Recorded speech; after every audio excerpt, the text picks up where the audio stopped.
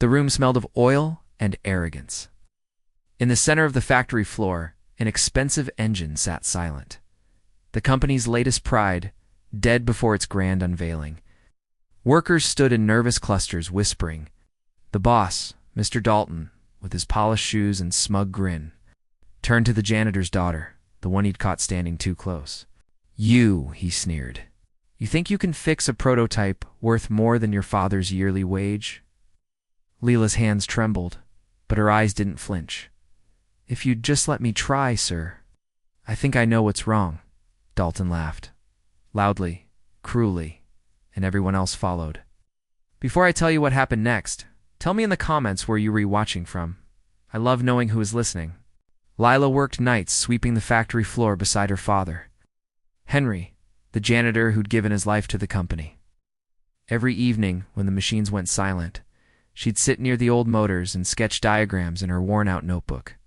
Her dream was to be an engineer, to build, to fix, to understand. But dreams were expensive, and college was far away. So when the company's newest prototype engine malfunctioned on presentation day, Lila watched quietly as a team of certified engineers scrambled, red-faced, unable to diagnose the problem. She could see it, the misalignment in the secondary valve, the tiny calibration issue others ignored. It was simple, elegant, obvious to her trained eyes. But she was the janitor's kid. Her opinion didn't count.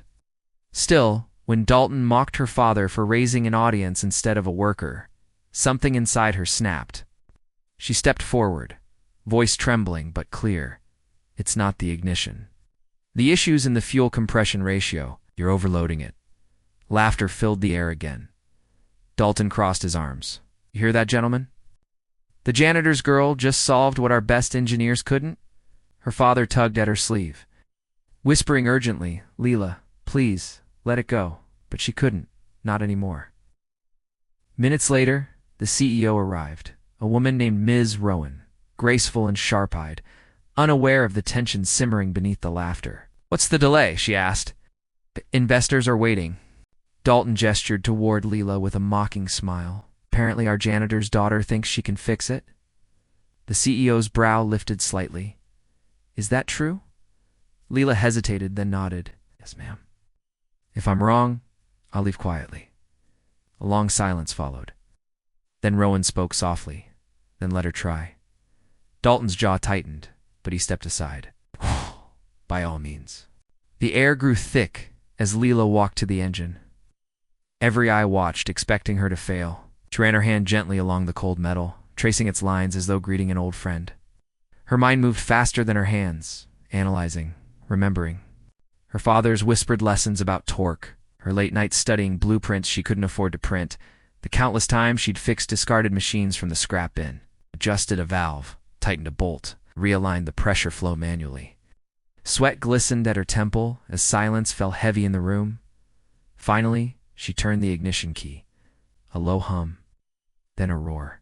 The engine came to life, smooth, powerful, perfect. No one spoke. The factory floor froze until one of the engineers whispered. Almost reverently, she did it. The silence shattered into gasps and murmurs.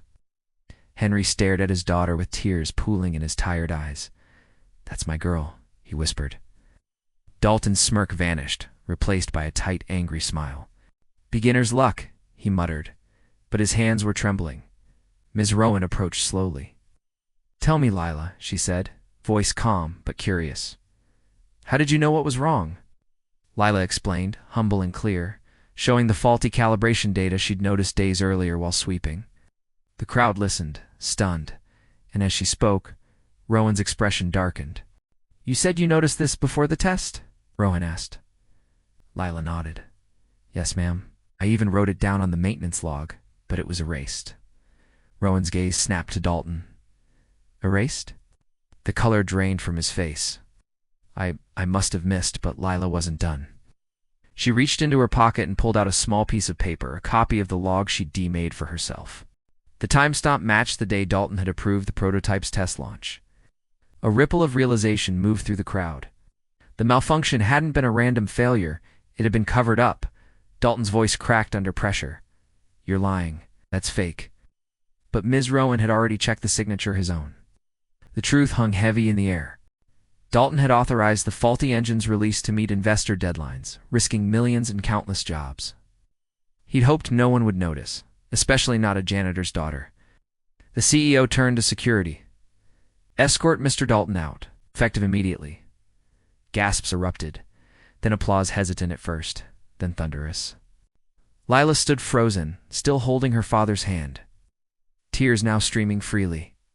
Ms. Rowan smiled gently and said, "You didn't just fix an engine today, Lila. You fixed a problem much bigger."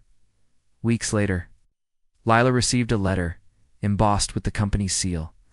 Inside was a full scholarship to the engineering academy and a job offer waiting for her after graduation. Her father found her sitting in their tiny kitchen, letter trembling in her hands. "You did it," he whispered, voice thick with pride. She looked up, smiling through tears. "No, we did. Because sometimes greatness isn't born from privilege. It rises quietly from the people no one sees. And when truth meets courage, even the smallest voice can shake the walls of power." If this story touched your heart, share it with someone who believes in standing up for what's right, and subscribe for more stories that remind us that courage doesn't wear titles. It wears integrity.